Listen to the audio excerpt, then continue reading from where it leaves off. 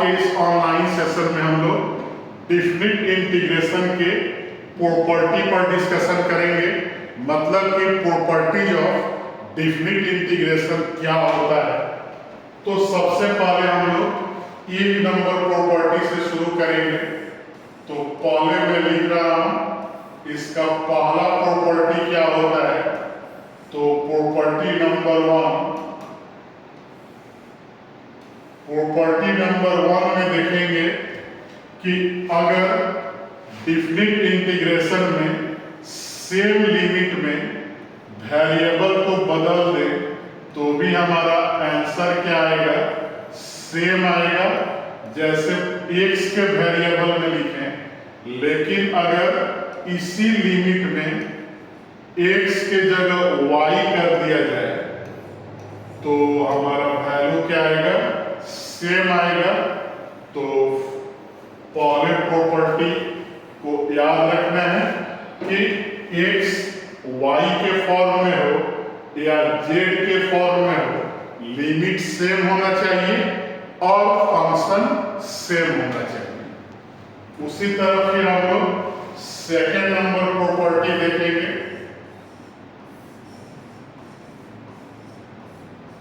Property 2। तो property 2 में लिखेंगे कि अगर a to b fx dx दिया हुआ है और लिमिट का पोजीशन आपस में बदल दे तो आगे माइनस का साइन आएगा तो b to a हो जाएगा fx dx। मतलब कि अगर लिमिट को आपस में इंटरचेंज करें तो आगे का साइन बदल जाएगा, प्लस है तो माइनस और माइनस है तो क्या हो जाएगा, प्लस हो जाएगा। तो अभी तक हमने दो प्रॉपर्टी देखा। फिर मैं नेक्स्ट पेज पर चल रहा हूं प्रॉपर्टी 3 के लिए। तो यहां लिखेंगे प्रॉपर्टी 3। तो इसमें देखेंगे कि अगर a to b fx dx एक डिफिनिट इंटीग्रेशन है और हियर या हियर लिख देना है a और b के बीच में कोई नंबर c है, तो क्या करेंगे कि इसको पहले a to c तक इंटीग्रेट करेंगे और फिर c से b तक अगर इंटीग्रेट करें तो इसका जो वैल्यू आएगा a to b fx dx के ही बराबर आएगा। तो इस पर एक एग्जांपल में ले रहा हूं। जैसे यहाँ एक एग्जांपल मैंने लिख दिया i इक्वल टू -2 to 4 और मॉड ऑफ x dx। ठीक है, तो यहां क्या देखेंगे, अगर मॉड हटाएंगे तो -2 से 0 तक क्या आएगा, नेगेटिव आएगा और फिर 0 से 4 तक क्या आएगा, पॉजिटिव आएगा। तो इसको मैंने किस प्रॉपर्टी से लिखा, तो यहां लिख देते हैं बाय प्रॉपर्टी 3। यहां हमने किस प्रॉपर्टी का यूज किया, तो थर्ड नंबर प्रॉपर्टी का। और इसका आंसर क्या होगा, तो x का इंटीग्रेशन x² 2 और -2 to 0 और फिर यहां भी आएगा x² 2 और कहां से कहां जाएगा, 0 to 4 जाएगा। तो लिमिट के प्रॉपर्टी से पहले x के जगह अपर लिमिट रखेंगे तो 0 आएगा और लोअर लिमिट रखें तो -2 का स्क्वायर क्या आएगा, 4/2 और फिर अपर लिमिट रखें तो 4 का स्क्वायर क्या आएगा, 16/2 और लोअर लिमिट 0 हो जाएगा। तो माइनस माइनस प्लस 2 आएगा और इधर प्लस 8 आएगा, तो हमारा आंसर क्या होगा? 10 हमारा आंसर होगा। तो इस तरह का कहीं भी क्वेश्चन हो तो उसमें हम लोग प्रॉपर्टी 3 का यूज करेंगे। फिर हम लोग आगे बढ़ते हैं प्रॉपर्टी नंबर 4 पर।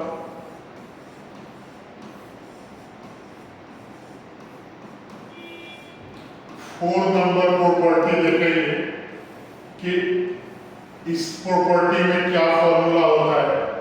तो इसमें देखेंगे कि लोअर लिमिट 0 से शुरू होगा और 0 to a fx dx हो, तो रिजल्ट भी सेम लिमिट में आएगा, 0 to a ही होगा, लेकिन x के जगह अपर लिमिट माइनस x लिख देंगे, जैसे a माइनस x dx। तो डिफिनिट इंटीग्रेशन में इस प्रॉपर्टी का यूज लगभग 80% क्वेश्चन में हम लोग करते हैं। और कैसे यूज होता है तो मैं एक एग्जांपल लिख दे रहा हूं। जैसे i इक्वल टू मैंने एक डिफिनिट इंटीग्रेशन ले लिया 0 to pi by 2 root sine x और बटा में रूट साइन एक्स और प्लस रूट कॉस एक्स, और इसको इंटीग्रेट करना है तो इसको मैंने 1 नंबर ले लिया और यहीं पर हम लोग प्रॉपर्टी 4 का यूज करेंगे, बाई प्रॉपर्टी 4। तो 4 नंबर प्रॉपर्टी से क्या देखते हैं कि x के जगह अपर लिमिट माइनस x लिखेंगे, तो x के जगह क्या लिखेंगे? पाई बाई 2 माइनस एक्स और फिर बटा में sine pi by 2 minus x और फिर कॉस के साथ क्या आएगा? पाई बाई 2 माइनस एक्स और dx। अब इसका वैल्यू देखा जाए तो कितना आएगा? 0 to पाई बाई 2, न्यूमरेटर में आएगा cos x और डिनोमिनेटर में sin x plus cos x, तो root sin x plus root cos x ही आएगा और इसको हमने 2 नंबर ले लिया। अब लिखेंगे नाउ AD 1 and 2, 1 और 2 को आपस में जोड़ दे तो लेफ्ट हैंड साइड में क्या आएगा? 2i, लिमिट तो सेम है और एलसीएम भी सेम है, root sine x plus root cos x. तो क्या आ जाएगा न्यूमरेटर में? पहले वाले से रूट साइन एक्स और दूसरे वाले से रूट कॉस एक्स। तो क्या देख रहे हैं? दोनों का दोनों कैंसिल हो जाएगा और dx का इंटीग्रेशन क्या आएगा? x आएगा 0 to पाई बाई 2। तो अपर लोअर का वैल्यू रखें तो पाई बाई 2 माइनस 0, तो 2i का वैल्यू क्या आ गया? पाई बाई 2 आ गया। तो यहां से i का वैल्यू क्या लिखेंगे? पाई बाई 4 लिखेंगे। तो यही हमारा आंसर हो गया डिफिनिट इंटीग्रेशन का। तो इस टाइप से अगर क्वेश्चन आए तो पहले हम लोग प्रॉपर्टी 4 का ही यूज करेंगे, फिर नेक्स्ट प्रॉपर्टी पर मैं चल रहा हूं।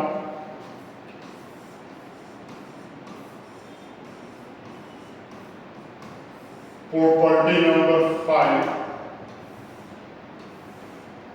इसमें देखेंगे कि -a2 प्लस a अगर fx dx दिया हो तो इसका 2 कंडीशन में आंसर आएगा।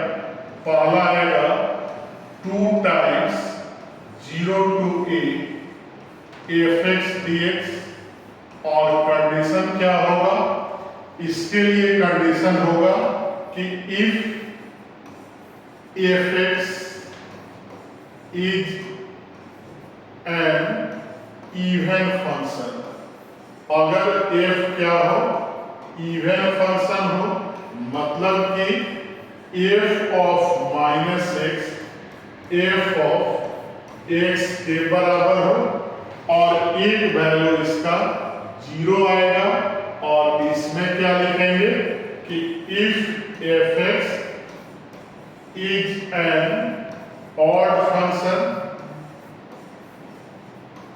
ऑड फंक्शन का मतलब होता है कि f of minus x minus of fx के बराबर आएगा। तो इस तरह से हमने प्रॉपर्टी 5 देखा। फिर आगे बढ़ेंगे कि प्रॉपर्टी 6 क्या होगा। तो प्रॉपर्टी 6 में लिखेंगे कि फंक्शन का जो लिमिट होगा 0 to 2a और fx dx, और यहाँ भी दो केस में रिजल्ट आएगा।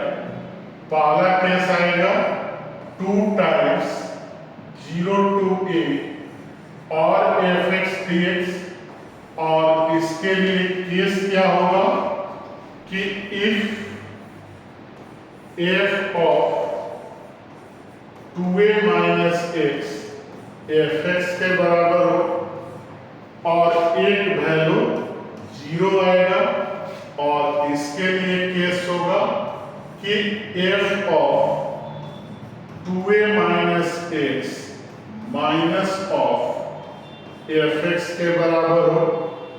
तो अभी तक हमने 6 नंबर तक प्रॉपर्टी देखा।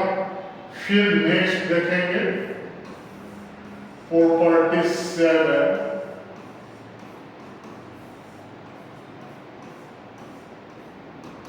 तो 7 में हम लोग लिखेंगे कि अगर a to b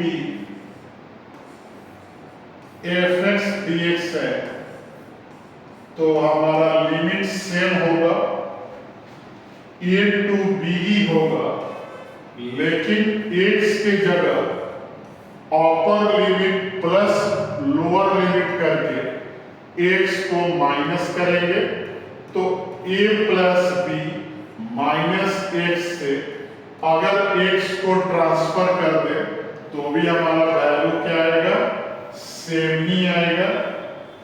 तो प्रॉपर्टी 7 हो गया।